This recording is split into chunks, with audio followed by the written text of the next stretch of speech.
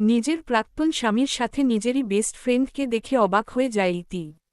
আলো ঝলমলে মিলনায়তন, চারিদিকে দামি পারফিউমের ঘ্রাণ আর উচ্চবিত্ত সমাজের হাসাহাসি। কিন্তু ইতির মনোযোগ সেসবের কোথাও নেই। তার দৃষ্টি আটকে আছে স্টেজের ঠিক সামনের সারিতে, যেখানে বসে আছে আরিফ হাসান, দেশের বর্তমান সময়ের সবচেয়ে সফল ব্যবসায়ী।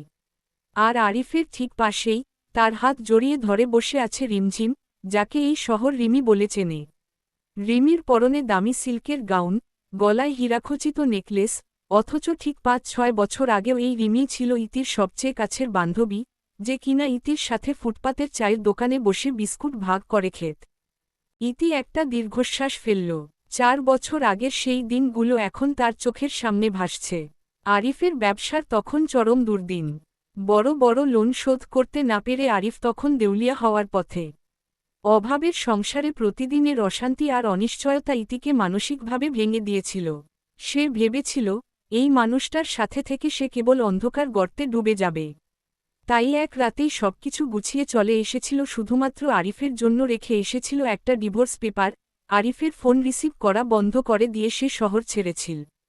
তার কাছে মনে হয়েছিল, দারিদ্র্যের সাথে লড়াই করার চেয়ে পালিয়ে যাওয়া অনেক সহজ।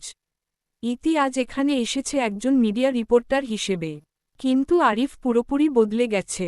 তার চোখে মুখে এখন আর সেই হতাশার ছাপ নেই, বরং আছে আত্মবিশ্বাসের শীতল দীপ্তি। মঞ্চে ঘোষণা হল, এবারের businessman of the year, Arif Hasan. করতালির শব্দে চারপাশ কেঁপে উঠল।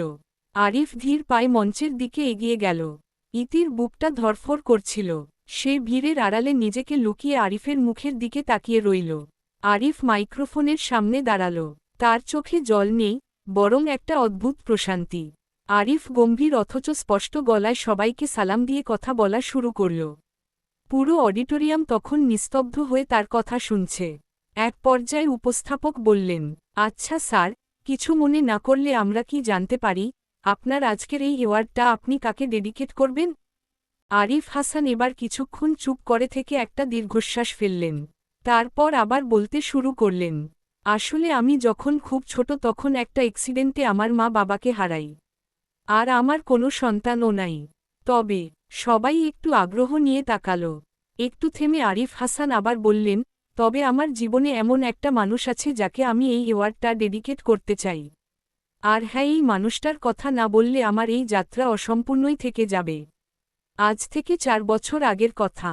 জীবন যখন আমার বিরুদ্ধে দাঁড়িয়েছিল, লোন সার যখন আমার দরজায় করা নাড়ছিল, আর আমার কাছের মানুষগুলো যখন আমাকে লুজার বলে ত্যাগ করছিল, তখন আমি নিঃস্ব ছিলাম।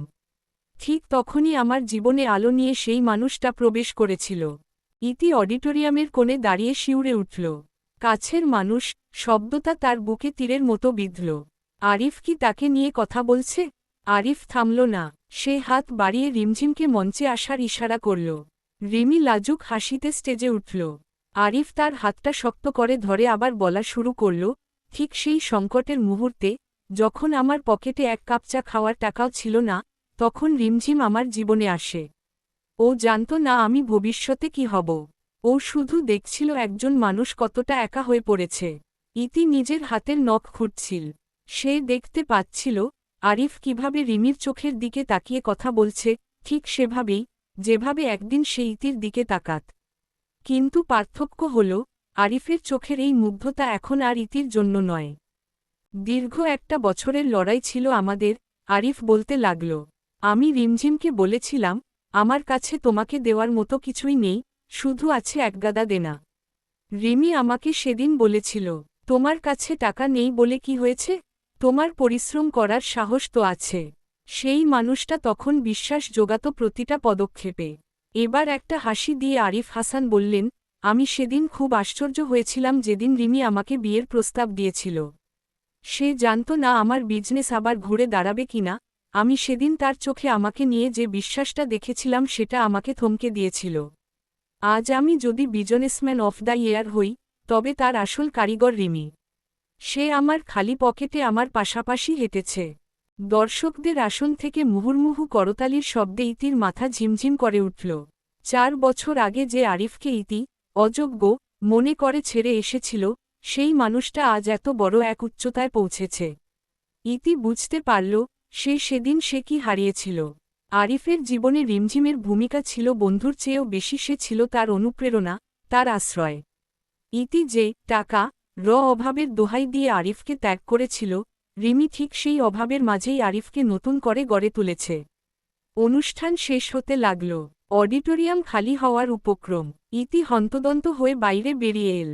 ঠান্ডা বাতাস তার গায়ে লাগছে, কিন্তু তার ভেতরের গ্লানি কমছে না।